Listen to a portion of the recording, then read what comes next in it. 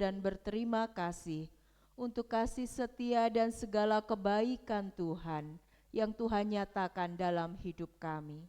Segala puji-pujian kami naikkan kepadamu dengan penuh sukacita ya Tuhan. Dan saat ini kami juga meluangkan hati dan pikiran kami untuk dapat mendengarkan firman Tuhan, untuk dapat menghayati dan mematuhi apa yang Tuhan perintahkan di dalam kehidupan kami. Kami siapkan hati kami Tuhan, penuhi hati kami, pikiran kami, jiwa kami dengan kuasa Roh Kudus Allah, hingga kami dimampukan untuk dapat mengerti firman-Mu. Berfirmanlah ya Allah, kami siap mendengarkan. Amin. Bacaan kita pada saat ini terambil dari Efesus 4 ayat 25 sampai 32. Efesus pasal 4 ayat 25 sampai 32. Efesus 4 ayat 25 sampai 32. Saya bacakan firman Tuhan untuk kita semua. Karena itu buanglah dusta dan berkatalah benar seorang kepada yang lain, karena kita adalah sesama anggota.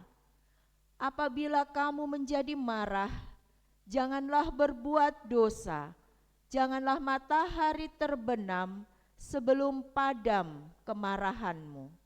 Dan janganlah beri kesempatan kepada iblis. Orang yang mencuri, janganlah ia mencuri lagi, tetapi baiklah ia bekerja keras dan melakukan pekerjaan yang baik dengan tangannya sendiri, supaya ia dapat membagikan sesuatu kepada orang yang berkekurangan. Janganlah perkataan kotor keluar dari mulutmu, tetapi pakailah perkataan yang baik untuk membangun di mana perlu, supaya mereka yang mendengarnya beroleh anugerah. Janganlah mendukakan Roh Kudus Allah yang telah memateraikan kamu menjelang hari penebusan. Segala kepahitan, kegeraman, kemarahan, kegaduhan, dan fitnah hendaklah dibuang dari antara kamu. Demikian pula segala kejahatan. Tetapi hendaklah kamu ramah seorang terhadap yang lain, penuh kasih mesra dan saling mengampuni, sebagaimana Allah di dalam Kristus telah mengampuni kamu. Demikian firman Tuhan. Yang berbahagia adalah yang membaca, merenungkan, dan juga melaksanakan firman di dalam kehidupan sehari-hari. Selamat pagi Bapak Ibu, Amang, Inang, saudara-saudara semua. Apa kabar? Apa kabar? Masih ada semangat? Berikan senyuman kepada kanan dan kiri Bapak Ibu Saudara semua. Senyuman yang termanis. Berikan aura positif itu kepada kanan kiri Bapak Ibu. Sudah segar melihat senyuman saudaranya? Benar? Kalau belum, lihat sekali lagi. Mungkin tadi belum sepenuhnya ya.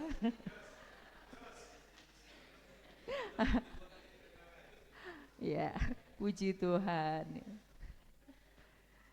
Iya, kita harus tetap semangat dalam hidup ini. Apapun yang terjadi harus tetap semangat. Amin. Seperti tema kita pada saat ini adalah hidup baru dalam kasih Kristus. Ibu bapak saudara pernah dengar cerita tentang kerbau mati karena gosip? Masa yang muda-muda belum? Kalau searching di Google pasti ada. Kerbau mati karena gosip. Kalau belum saya ceritakan. Begini ceritanya. Suatu hari sepulang dari sawah, setelah membajak sawah, si kerbau duduk di dekat kandang di bawah pohon dengan angin yang semilir. Dia kelelahan sekali dan dia merasa nafasnya begitu berat. Dia mengistirahatkan tubuhnya di bawah pohon. Lalu datang seekor anjing. Dia bilang kepada anjing itu, "Aduh kawanku, saya capek sekali. Saya merasa lelah sekali. Kalau boleh saya ingin istirahat sehari saja." Lalu anjing pergi. Di tengah jalan dia bertemu dengan kucing. Nggak tahu juga kenapa ada anjing, ada kucing ya. Pokoknya dia ketemu kucing. Lalu anjing itu berkata kepada si kucing, "Tadi saya bertemu dengan kerbau. Katanya dia besok mau istirahat sebentar. Sebab bos kita itu kasih pekerjaan yang terlalu berat." Perhatikan kalimatnya ya. Itu kata anjing kepada kucing. Lalu kucing cerita lagi kepada kambing. Tadi kerbau komplain. Katanya bos kasih pekerjaan berat. Dia capek, dia lelah. Dia tidak mau bekerja lagi. Oke. Kambing bertemu dengan ayam. Lalu berkata, kerbau tidak senang bekerja sama bos kita. Katanya dia mau berhenti saja. Ayam bertemu dengan kera. Bilang, kerbau nggak akan kerja lagi sama bos kita. Dia mau kerja di tempat lain. Ngeselin ya. Lebih ngeselin lagi nih kera, monyet ini. Iya toh. Dia menyampaikan kepada Pak Bos, "Bos, si kerbau itu akhir-akhir ini sifatnya udah mulai berubah loh." Ih gitu ya. Sifatnya udah mulai berubah. Katanya dia tidak mau kerja sama bos lagi, dia sudah dapat bos yang baru. Bosnya begitu marah, marah besar tanpa kompromi, tanpa tanya-tanya lagi. Dia mendatangi si kerbau yang sudah mau memejamkan matanya sebentar ingin istirahat. Langsung dia potong lehernya. Matilah si kerbau karena gosip. Siapa asal mula pencetus gosip itu? Anjing kan.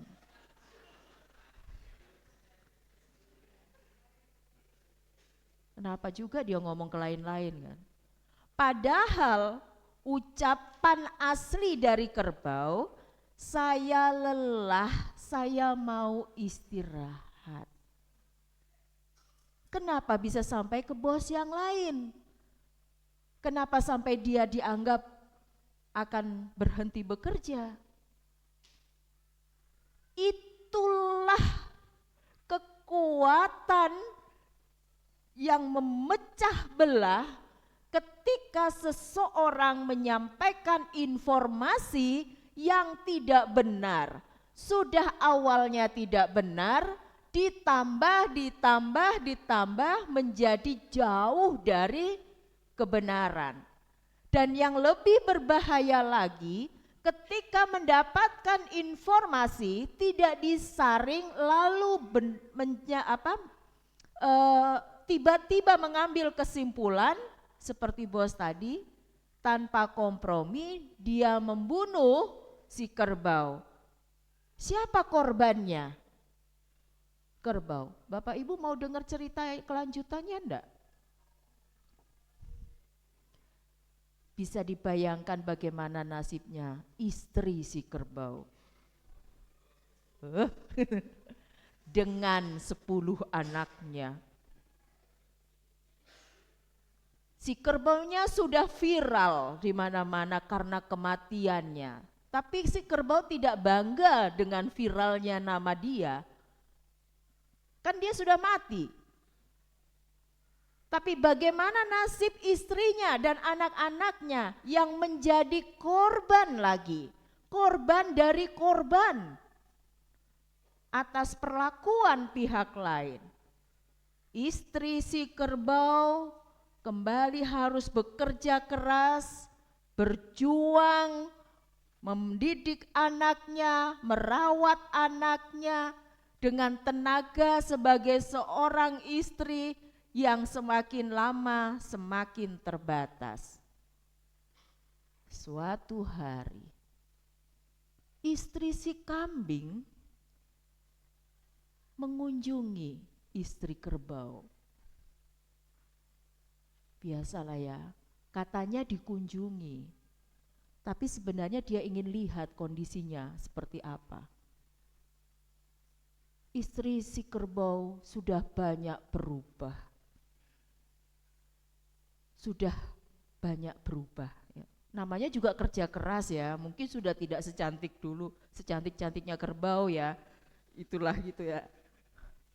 Badannya juga sudah semakin kurus gitu ya, tidak tambun lagi seperti kerbau pada waktu masih mudanya. Lambat jalannya, sudah tidak lincah lagi. Itu istrinya anjing itu tadi ngomong sama istrinya kucing. Ketemu kan?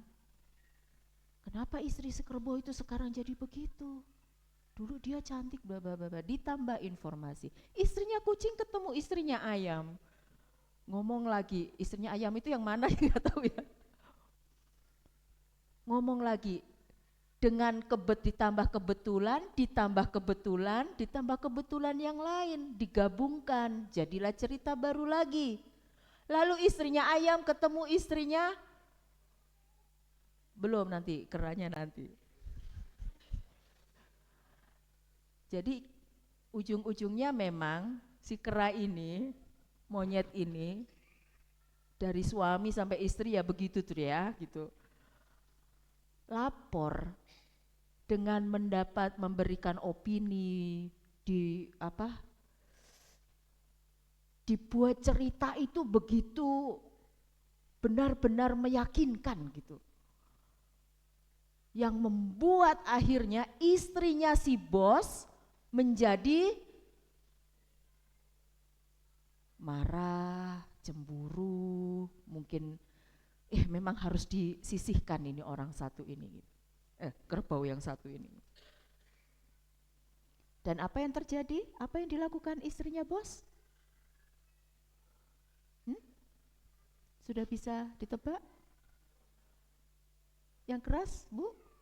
Apa yang dilakukan istrinya bos? Lapor ke suaminya. Istrinya si bos membunuh istri kerbau. Sudah ada 2 korban. Siapa kemudian korban berikutnya? Anak-anaknya. Ceritanya begitu lagi gitu kan. Jadi Bapak Ibu, ini hanyalah sebagian kecil dari cerita, sebagian kecil dari alasan mengapa banyak persekutuan kelompok yang hancur hanya karena gosip, hanya karena berita yang belum diketahui kebenarannya. Dan di mana-mana setiap omongan yang tidak terkontrol akan menimbulkan korban. Walau mungkin tidak sampai setragis dari si kerbau tadi. Korban perasaan, korban pikiran. Apakah Bapak Ibu pernah menjumpai, mudah-mudahan tidak, di GKPI Depok ini ada yang mundur, ada yang tidak aktif, ada yang tidak mau lagi ke gereja hanya karena tersinggung dengan omongan orang lain. Ada? Ada? Kosong? Puji Tuhan jika tidak. Tetapi ada banyak gereja, ada banyak persekutuan yang runtuh karena berita-berita yang tidak benar ini. Ini baru salah satu, Bapak Ibu. Ada banyak alasan yang membuat akhirnya Rasul Paulus menulis surat pastoral kepada orang-orang di Efesus ini. Jaga ucapanmu, jangan ada fitnah, jangan marah. Kalau marah boleh sebentar. Jangan bersaksi dusta. Karena apa? Itulah yang membuat sebuah jemaat runtuh kalau tidak dijaga dengan baik. Seperti nasib kerbau dan anak-anaknya tadi. Kita perlu hati-hati Bapak Ibu. Nah karena itu, apa sebenarnya yang membuat keluarga ataupun jemaat ini terpecah-pecah? Kalau bisa saya golongkan dalam 3 hal. Karena di dalam jemaat atau di lingkungan kita sehari-hari atau di dalam keluarga itu pasti ada 3 golongan orang dengan sifat yang berbeda karakternya. Yang pertama, ada saja orang yang merasa dirinya paling pandai. Ada saja orang yang merasa dirinya paling pintar di antara orang lain. Paling tahu duluan soal sumber informasi. Seperti siapa tadi? Yang paling tahu duluan. Dia kalem saja menyampaikan informasi itu. Tapi dia tidak tahu akibatnya karena keisengannya menyampaikan informasi itu kemudian berentet menjadi sebuah masalah. Ada saja orang yang bangga kalau dia tahu duluan daripada orang lain. Ada ya? Yang kedua, ada orang, golongan orang yang tidak bisa memfilter, mengontrol ucapannya. Inilah yang kemudian berdampak pada munculnya kesalahpahaman, pertengkaran. Mungkin bertengkarnya malu kalau teriak-teriak tapi diam-diaman. Yang satu tidak mau ikut latihan kor lagi, tidak mau ikut arisan lagi, tidak mau ikut persekutuan PA, mundur. Ujung-ujungnya setelah dikunjungi karena tersinggung. Apakah orang yang menyinggung itu merasa? Pasti tidak. Pasti dia mengatakan, saya enggak nyinggung siapa-siapa. Seperti kalau kita tanya pada si anjing dan si monyet tadi, mereka tidak akan mengatakan, tidak bermaksud seperti itu, tidak menyangka bahwa si bos akan memotong leher si kerbau. Tapi akibatnya fatal. Jadi ada saja orang yang tidak bisa mengontrol dan harus belajar untuk mengontrol ucapannya. Yang ketiga, ada golongan orang-orang yang selalu jadi masalah dimanapun.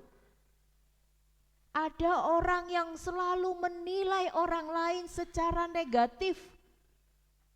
Jangankan menilai negatif terhadap orang lain, terhadap dirinya sendiri saja dia nilai negatif. saya nggak bisa apa-apa, saya bodoh, saya ini begini, saya begini. Itu kan nilainya negatif. Ada orang dimanapun selalu pandangannya negatif. Pendapat orang lain dinilai negatif, hidup orang lain dinilai negatif. Semua dipandang dengan negatif. Semua salah di mata dia. Seperti tadi di dalam Alkitab ini, ada orang yang selalu menimbulkan perpecahan gitu. Di mana dia ada, di situ pasti ada masalah. Ada orang yang seperti itu. Tetapi apakah kita bisa menghindari orang-orang yang semacam ini?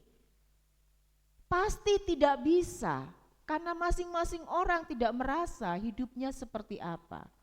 Kita tidak bisa menghakimi siapapun. Kita tidak bisa menghindari mereka. Yang bisa kita lakukan adalah seperti terang tema kita pada saat ini. Hidup baru di dalam kasih Kristus. Itu yang harus kita lakukan. Bagaimana caranya supaya bisa hidup baru? Supaya kita bisa menopang persekutuan ini, menjaga keluarga, menjaga hubungan dengan teman, menjaga hubungan dengan tetangga, menjaga hubungan baik dengan anggota jemaat yang lain. Apa yang bisa kita lakukan? Kebalikannya. Yang pertama, bangun pikiran yang positif. Lihat semuanya secara positif. Lihat dulu sebelum menghakimi. Apa maksud dan tujuan dari semua peristiwa itu? Carilah dan nilailah secara positif. Ayat 25 sampai 28 kalau kita rangkum menjadi satu, itu akan mengajak kita untuk introspeksi diri.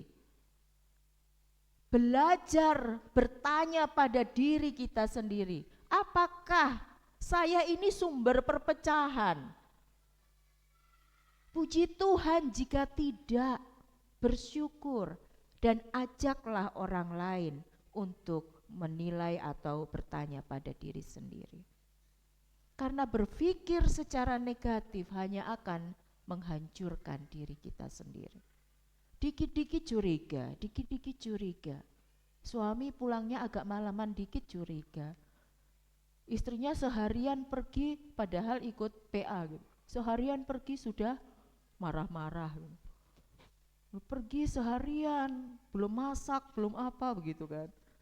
Apa saja selalu dicurigai dan apa saja menjadi masalah. Nah, yang seperti ini yang harus kita ubah. Bagaimana hidup baru di dalam Kristus? Yang kedua, cobalah memfilter perkataan kita. Tidak hanya untuk perempuan, tidak boleh kita nasihat ini hanya untuk perempuan. Banyak kok bapak-bapak di luar sana itu enggak bisa ngontrol omongannya. Maaf ya Pak, tapi memang begitu. Bapak, ibu, semua. Gitu ya. Jadi belajar kita untuk mengontrol supaya apa? Tidak menimbulkan salah paham. Yang ketiga, fokuslah pada perbaikan diri. Ayat 30 sampai 32. Fokus pada apa yang bisa kita perbaiki dari diri kita. Mencari kesalahan orang lain itu mudah. Tapi mendapatkan kesalahan orang lain dan memperbaikinya itu yang harus kita pelajari. Saya akan tutup renungan atau khotbah pada saat ini dengan sebuah cerita tentang seorang pelukis jalanan. Dia seorang pelukis yang sangat hebat. Dia mempunyai hasil karya yang bagus. Pada suatu hari dia memajang hasil lukisannya itu di pinggir jalan dengan catatan, dia beri catatan, barang siapa yang melewati jalanan ini dan menemukan ada kesalahan, kekeliruan, di dalam atau kekurangan dalam lukisan ini, silahkan memberi tanda, menandainya di mana ada kekurangan dari lukisan ini. Lalu dia tinggalkan di situ. Besoknya pagi-pagi si pelukis ini begitu terkejut melihat lukisannya sudah penuh dengan coretan. Sudah penuh dengan tanda di mana-mana. Padahal itu lukisan yang paling hebat karena dia pelukis hebat. Tetapi lukisannya penuh dengan coretan. Karena tadi catatannya kalau Anda menemukan kesalahan, kekurangan pada lukisan ini silahkan ditandai. Dan akhirnya semua menandainya. Betapa kecewanya si pelukis ini. Dia pelukis yang merasa dirinya sudah begitu mahir dan hasil lukisannya terbaik. Dia kecewa, dia marah. Dan dia pulang sambil menangis, berkata kepada ibunya apa yang dia alami. Dan dengan sabar ibunya berkata, besok coba lagi, letakkan lukisanmu di pinggir jalan lagi dengan catatan, barang siapa menemukan kekurangan, kesalahan dari lukisan ini, silahkan menandainya dan memperbaikinya. Keesokan harinya lukisan itu bersih, tidak ada tanda apapun. Bisa dibayangkan ya, kalau catatan atau pesannya itu disuruh mencari kesalahan, semua orang mendapatkan kesalahan. Tapi kalau catatannya dirubah, cari kesalahan, temukan, lalu perbaiki, betapa sulitnya. Tidak ada orang yang berani, tidak ada orang yang sanggup. Seperti itulah Bapak Ibu, hubungan kita dengan diri kita, dengan Allah, dengan sesama anggota jemaat yang lain ini akan mudah jatuh dan hancur dan mengecewakan kalau kita hanya fokus mencari kesalahan, mencari kelemahan, dan itu dijadikan batu sandungan untuk pecahnya gereja ini. Tetapi kalau masing-masing kita belajar untuk introspeksi diri dan memperbaiki kesalahan. Sudah tahu ada kesalahan, tapi mari kita perbaiki bersama-sama. Maka itulah yang akan menguatkan, menopang. Janganlah semua itu menimbulkan kejahatan satu dengan yang lain. Tapi hendaklah kamu ramah dengan yang lain. Ramah, penuh kasih itu bukan berarti menghindari kesalahan yang ada, tapi bersama-sama kita memperbaikinya. Itulah hidup baru dalam kasih Kristus. Tuhan memberkati.